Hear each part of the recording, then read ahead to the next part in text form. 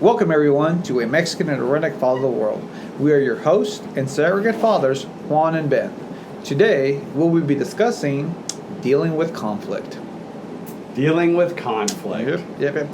Just want to let you guys know this is going to be an intense one. We do have a loaded weapon on the table. Yes. Some things may happen, so this may either become evidence in the court of law, or it just may be a really fun podcast. I'm hoping for the really fun podcast. Yes, but we are going to learn how to deal with conflict today, one way or another. So I think this is a very important topic because obviously there's a little bit of a conflict going on in the world right now. I don't know if you've noticed. We're not going to really get into that, but Here and there, just look. Yeah, we're just, we just kind of, but as fathers, I think it's good for us to tell you how to deal with it. Absolutely. I remember as a little kid, you always have that experience where you have the school bully, you have somebody that comes and picks at you, and what do? You run to your dad. Yeah. Dad, so-and-so is picking on me. And so he gives you the solution. Did he punch him in the face? Yep. Did he talk to him? It depends. I don't know how your dad was. What did your dad do when you found that? I had a neighborhood bully. My dad was working on our back deck of a house he was remodeling. And there was a neighborhood bully who was picking on me in front of my dad. I'm like, Dad, he's picking on me. And he just looks me square in the eyes. I think I was like 6 or 7. He's like, hit him. I'm like, what? He's like, hit him in the face, right in the nose. And this kid's standing there with this just dumbfounded look like, what? And I'm standing there with a dumbfounded look like, what? He's like, it's time for you to step up and hit this kid in the face. And I'm like, but I don't want to hit him, Dad. And he's like, you hit him or I'll spank you. I turned around and I hit that boy. Just bam! Right in the face. He just grabbed his face. Oh, my face. And he ran off and I was like, I stood up to my neighborhood bully. And he's like, yeah, high five. And I don't remember what happened next. That's so funny. But he quit bullying me. That was a true story. Yeah. Man, I remember I had this conflict with it was my cousin. He's about a year younger than I am, and we used to play all the time. And we would get into little bickering stuff like that, and And I remember one time we were like bickering at each other, and he was kind of like, oh, I don't know if he was overpowering, but his parents were really protective of him. And they were like kind of like getting onto me as far as like that. And then so I hear my dad, stop, break it up. And I run to him, and he's like, next time you beat the crap out of him. If I tell you stop, that means beat the crap out of him. And I was like, oh man. And I was like, oh man. I'm like, now that I'm a dad, I'm like, am I gonna have that experience? Are my kids gonna be able to go to that? How much money do I need to save up for court fees? Yeah. So, anyways, we are not advocates of violence. We do not promote violence. But I am saying, as a man, you do have to be able and willing to stand up for what you believe, and for the ones that you love. You got to be able to defend yourself. Defend yourself. Yeah. So, by no means am I saying, hey, we need to go out there and just beat the crap out of these bullies. No. But we need. If somebody's coming to my house, this is my stance. If somebody's breaking into my house and they're going to attack my family, I'm going to stand up for them. Sure. And they're going to be very sorry that they came into my house. But there's nothing wrong with setting up a boundary and saying, look, this is the line. This is where we feel safe. If you come over that line, I'm just going to make you responsible for your decisions. Right. And, and it's funny, like, as far as we've been talking about dealing with conflict, and as far as, like, how some people, there's this mindset. I guess, we were talking about earlier about there's kind of like two ways of dealing with conflict. You have the individual that's going to build up a wall. And he's going to create a barrier to protect himself and just kind of keep the conflict out. Just hide. Just hide. Get away from me. And then you have the individual who's like, no, the bullies are like, no, we got to get rid of this. We got to deal with it. They're going to stand on the other side of their wall and say, you're not even getting to my wall. Yeah. I'm going to get you. Or they're just going to try to tear down your wall and destroy that. But there has to be a good balance. Sure. Because I even think about with friendship, with you and I. Sure. There's gonna be conflict. Sure. So if we're really trying to develop a partnership and trying to develop a product like this podcast, we have to be able to communicate with each other. And when we disagree, I can't just be like, no, you're going to do it my way because I'm right. Here it is. Just shut up. Quit crying, Ben. Quit crying. You're not bleeding that much. This actually happened. Yeah. It's surreal, quote by quote. He was standing over me. My blood was on his fist, and he said, "Have we settled it yet?" No. We really don't fist fight. I mean, and conflict's not so much punching or stuff like that. It can be just, I disagree with you, sitting at a corporate office table, and it's just a path for an execution of a plan. How do you deal with that? And things such as you got to look at stuff. There's a book, and one of the quotes from it is "Blessed be the peacemakers." Mm-hmm. And you want to solve the problem, and that's where I think people get lost in the whole, how do I resolve conflict? It's like, well, there's obviously a problem, but are you going to inflate your pride and your ego and be right? I'm solving this problem. Or are you just really trying to solve that problem? And what's the best way? Because maybe the best way might not be your way, or maybe the best way is absolutely your way. But how do you convey to the people you're in conflict with, this is what's happening? And conflict is huge. Yeah. It's huge. So many different forms. I've been thinking about it might be that scenario where you're just having to talk to somebody because they've wronged you or they hurt you, but then you're just afraid of the rejection that might come from that conversation. How do you deal with that?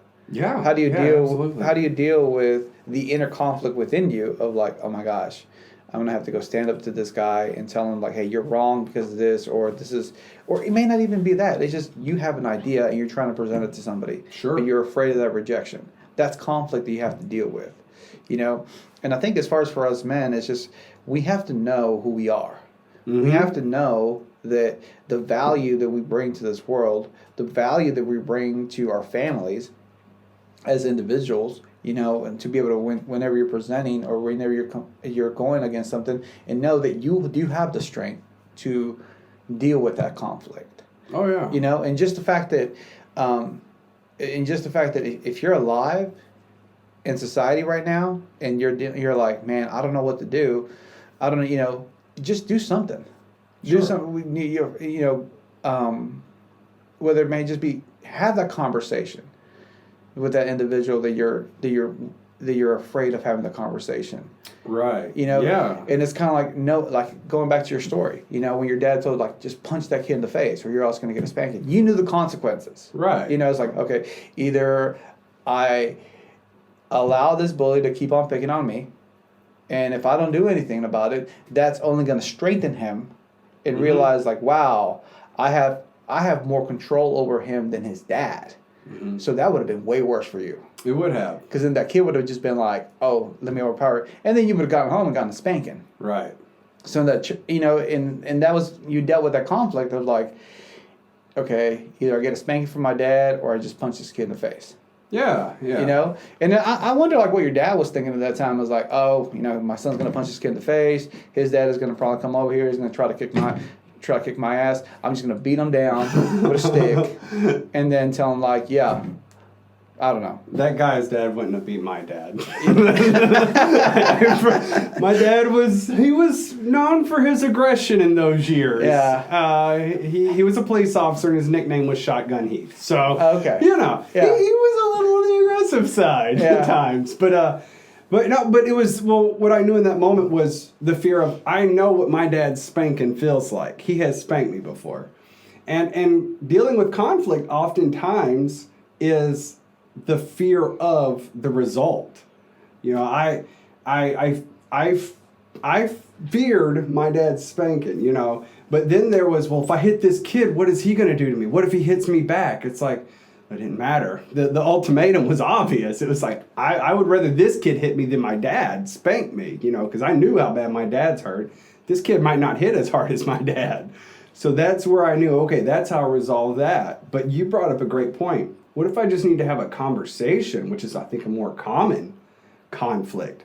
If I have this conversation with you that's kind of hard, I think part of the conflict is internal with ourselves, in that, what if I tell one this thing and he really doesn't like it and hates me forever, and he rejects me, that fear of what happens next, the unknown. I think that's in part some of the conflict, but I think dealing with the issues, getting it out of your head, off your chest, so to speak, man, that feels really good, because at least well, I did the thing, I dealt with this conflict, and when the next one comes along, I can deal with it.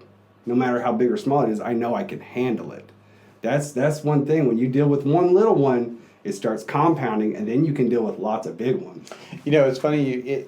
One thing that I've learned to deal with, as far as whenever it comes with conflict, whenever somebody has a conflict with me, or they're disagreeing with me, and they're willing to come to me and tell me, hey, I disagree with you in this area.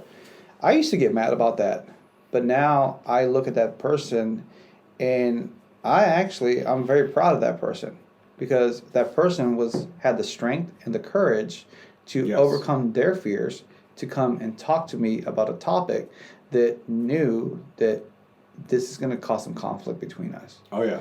And I admire that in a man. I admire that in an individual that's like, wow, okay, you knew that this is going to be rough, but you're willing to take that. And I see that, I see that in myself. That's the type of person that I want to be. That's the type of man I want to be. I want to be seen as somebody who's like, okay, he's not a bully, he's a protector. Mm-hmm. He's willing to take on the fight, knowing that he might get punched back, knowing that he might get hurt, but doing it in a peaceable way. And I think that's one of the things that we're missing in the world, man, as far as like, there's so much conflict out there, but everybody's just getting angrier at each other instead of just being like, hey, you know what, I respect you, and bravo for you for being willing to stand up for this and say something about it. This is what I have to say about it. Yeah. And actually coming to the table and listening to each other. It's important in marriage. If you are constantly trying to convince your partner of why you're right and why they're wrong, that's going to be a bad situation. Oh, yeah. But if you're willing to hear them out and listen to them, that's where harmony comes in. That's where unity comes in. That's where we're able to actually have creative thought and ideas that make the world a better place. Absolutely. And I think as men, that's one of our biggest responsibilities. As fathers, we have to be willing to be, hey, when that kid is afraid, encourage them to take the punch. When the kid is, being overpowered, encourage them to walk away. Sure. There's proper conflict resolution. Absolutely. And this is not a conflict resolution seminar podcast thing, nothing like that. Just a perspective. And I love what you about respect. I come to you with a problem, you come to me, whatever. People who I've had conflicts with, there's a level of respect there because we resolved the conflict. We might have agreed that we still disagree with each other. We're both still right. The other one's still wrong. But at the same time, it's like, I know I can depend on you. I got that respect for you because I can come to you and say, this is a problem. I don't like this. And it creates a safety net. Like you said, a harmony. It's like, me and this person share something now that me and everybody else don't necessarily share. And I know where that person stands. And that creates a peace. I mean, that really is a piece of, I know where you stand, you know where I stand, and these people I got around me, if I know where they stand, that creates a genuine peace in my life, for sure. Yeah, so I guess at the end of the day, to finish off this podcast, the biggest takeaway from this, guys, would be if you have conflict in your life, know that as a man, you have the strength, you have the capability, and you have the ability of handling that conflict. Conflict does not come to you because you are weak. Conflict comes to you because you are strong and you are capable of handling that conflict. It's just the testing of your character. And through dealing with that conflict, then that's how you realize, oh, I can handle this. And then more challenges may arise, but you're going to be able to handle them, and you're going to be able to handle them graciously. So I just encourage everybody out there, if there's something out there that you guys are like afraid of dealing with, take some time this week and just confront it. Yeah. Be vulnerable with that individual, whether it may Sure. be your neighbor that you're having issues because he doesn't want you to cut your trees because he thinks that your branches belong to him. Just deal with it. That's a strange scenario, Juan. All right. Well, that's it. I mean, you said it great. And I just want to thank you all for listening to a Mexican and a redneck father of the world. We love you, and we are proud of you.